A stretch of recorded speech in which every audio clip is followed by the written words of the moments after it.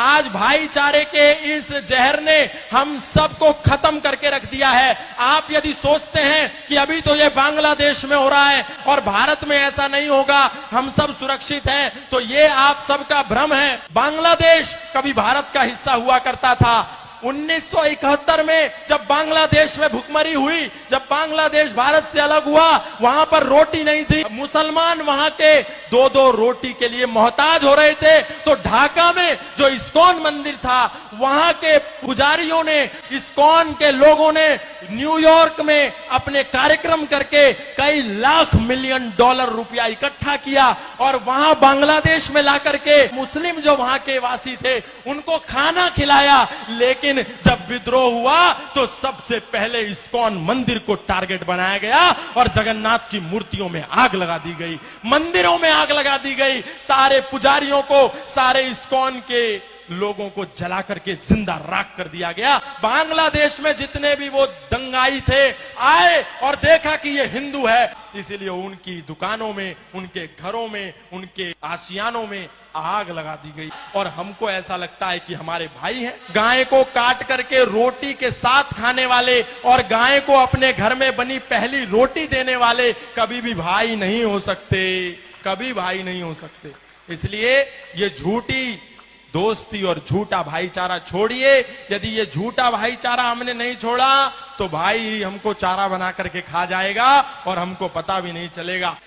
अरे हम ही तो कह रहे हैं सर्वे भवन्तु सुखिनः, सर्वे सन्तु निरामया, सर्वे भद्राणि पश्यन्तु मा कश्चित् दुःख भाग् भवेत्। हमारे मंदिरों से ही तो आवाज आती है, इंद्रम वर्धन्तु अप्तुरः कृण्वन्तो विश्वमार्यम् अपाघ्नन्तो रावणा। लेकिन आपको ऐसा लगता है कि जैसे ये सनातन धर्म के मंच संपूर्ण विश्व के कल्याण की मांग करते हैं, शायद उनकी मस्जिदों से, शायद उनके मदरसों से भी इसी कल्याण की मांग की जाती होगी। क्योंकि आपको समझ में नहीं आता, जो दिन में 5 समय आवाज आती है, ला इलाहा इल्लल्लाह मुहम्मद रसूलुल्लाह अशहदु अल्ला इलाहा इल्लल्लाह हुवा अशहदु अन मुहम्मदन अब्दुहु व रसूलुहु। उसका मतलब क्या है? इसका मतलब है कि इस दुनिया में अल्लाह के सिवा कोई इबादत करने योग्य नहीं है और मोहम्मद के सिवा उसका कोई रसूल नहीं है। इसीलिए यदि हम अल्लाह के सिवा यदि किसी की पूजा करते हैं तो हम काफिर हैं, हम मुशरिक हैं, हम नापाक हैं और हम वाजिबुल कत्ल हैं। यदि कोई दिखे जो अल्लाह के सिवा किसी की इबादत करता हो तो उसका कत्ल कर दो,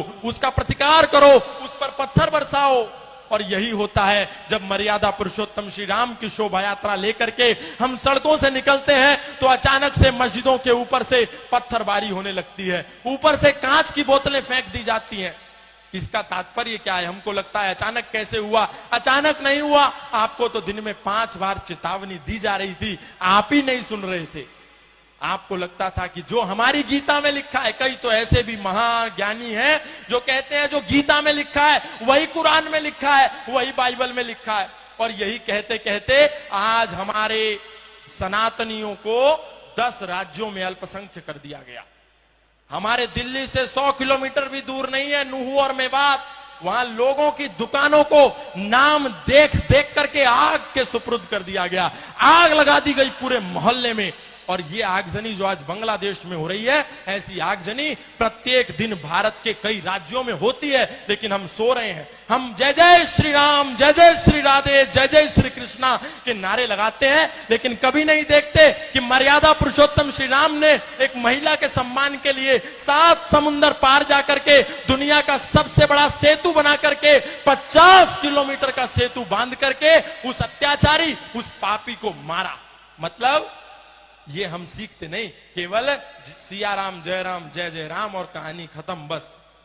हमको इतने में ही शॉर्टकट रास्ते में मोक्ष चाहिए। हम ये नहीं कहते कि हम किसी का प्रतिकार करें, हम ये भी नहीं कहते हम किसी से हिंसक हो जाएं, लेकिन हम ये कहते हैं हम किसी पर अटैक ना करें तो कम से कम अपने पास डिफेंस का साधन रखें। सनातन धर्म कभी भी पहले अटैक के लिए नहीं कहता, लेकिन सनातन धर्म आत्मरक्षा की बात करता है, डिफेंस की बात करता है। अग्रतश्चतुरः वेदा पृष्ठतः सहस्रम धनु इदम ब्रह्मम इदम शस्त्रम शापादपि शरादपि शस्त्रेण रक्षति ही राष्ट्र शास्त्र चर्चा प्रवर्तते। विश्वामित्रादि ऋषियों के यज्ञ हवन भी तभी सफल होते हैं जब पहरे पर स्वयं धनुर्धर राम खड़े होते हैं। यदि हमारे पास शस्त्र और शास्त्र नहीं होगा तो हमारा कल्याण 10 सालों में हो जाएगा, ये आप मान करके चलिए। आज सनातनियों ने अपने शस्त्रों को भी कोने में फेंक दिया और शास्त्रों में भी दूर हो गए। बोले बस इनको तो लाल कपड़े में रखेना नहीं। राम वही जो मर्यादाओं की परिभाषा बने रहे, राम वही जो भारत भू की अंतिम आशा बने रहे। अरे जिसने राजमहल के वैभव को सन्यासी बना दिया, जिसने खुद को राजा से हंसकर वनवासी बना दिया, माना उसकी जन्मभूमि मुद्दे पर हर काम जरूरी है, मगर अयोध्या से पहले हर दिल में राम जरूरी है, मगर अयोध्या से पहले।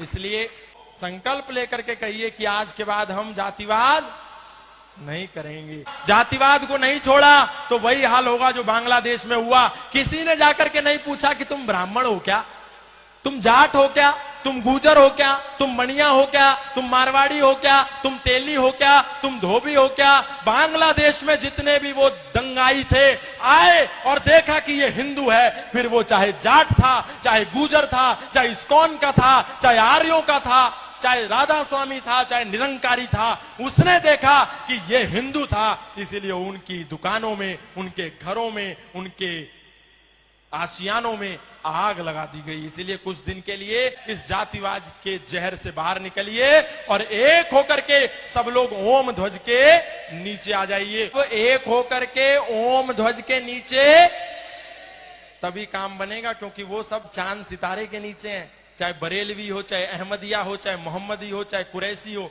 सब एक है, लेकिन हम बटे हुए हैं। ये छोड़िए, हम सब अभी